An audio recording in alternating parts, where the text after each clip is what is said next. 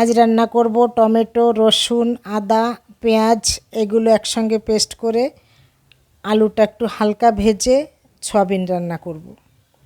তো রান্না তো করছি এবং বারবার চিন্তা করছি গ্যাস সিলিন্ডারটা শেষ হয়ে যাবে না তো তাড়াতাড়ি। দেখুন, একজন শ্রমিকের 8 ঘন্টার ঘাম ঝরানো 500 টাকা যখন বাজারের থলিতে গিয়ে পৌঁছায়, তখন সেই থলিটি বড্ড খালি দেখায়।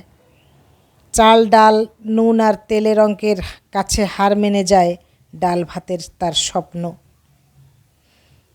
যখন আয়ের চেয়ে ব্যয়ের পাল্লা ভারী হয়, তখন কেবল অভাব বাড়ে না, মানুষের আত্মসম্মান আর মানসিক শান্তিও ক্ষয়ে যেতে থাকে। নুন আনতে পান্তা ফুরোনোর এই চিরন্তন দুঃখগাথা আজ যেন আরও প্রকট হয়ে দাঁড়িয়েছে। রান্নাঘরের গ্যাসের সংকট কেবল একটি জ্বালানি সমস্যা নয়, এটি একটি পরিবারের বেঁচে থাকার মৌলিক ভয়ের প্রতীক। পরের সিলিন্ডারটা পাবো তো? এই অনিশ্চয়তা যখন প্রতিদিনের রান্নার স্বাদ কেড়ে নেয়, তখন জীবনটা সত্যিই দুর্বিষহ মনে হয়। হিসাব করে জল ফুটিয়ে বা গ্যাস বাঁচিয়ে রান্না করার মাঝে যে হাহাকার লুকিয়ে আছে, তা কেবল ভুক্তভোগীরাই বোঝেন।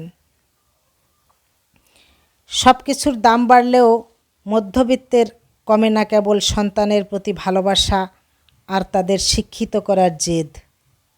নিজের থালা থেকে খাবার কমিয়ে সন্তানের স্কুলের ফি জোগাড় করার যে নিঃশব্দ লড়াই, তা পৃথিবীর যে কোনো যুদ্ধের চেয়ে অনেক বড়। তো মাঝে মাঝে মনে হয় যেদিন যায় সেদিনই ভালো যায়। পেছনে ফিরে তাকালে মনে হয় অভাব তখনও ছিল, কিন্তু মনের শান্তি আর স্বস্তিটুকু অন্তত ছিল।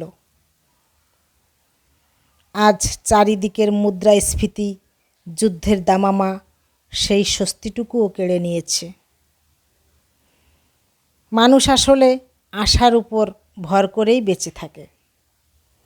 তো এই আশা বেঁচে থাকুক আজ এই পর্যন্ত।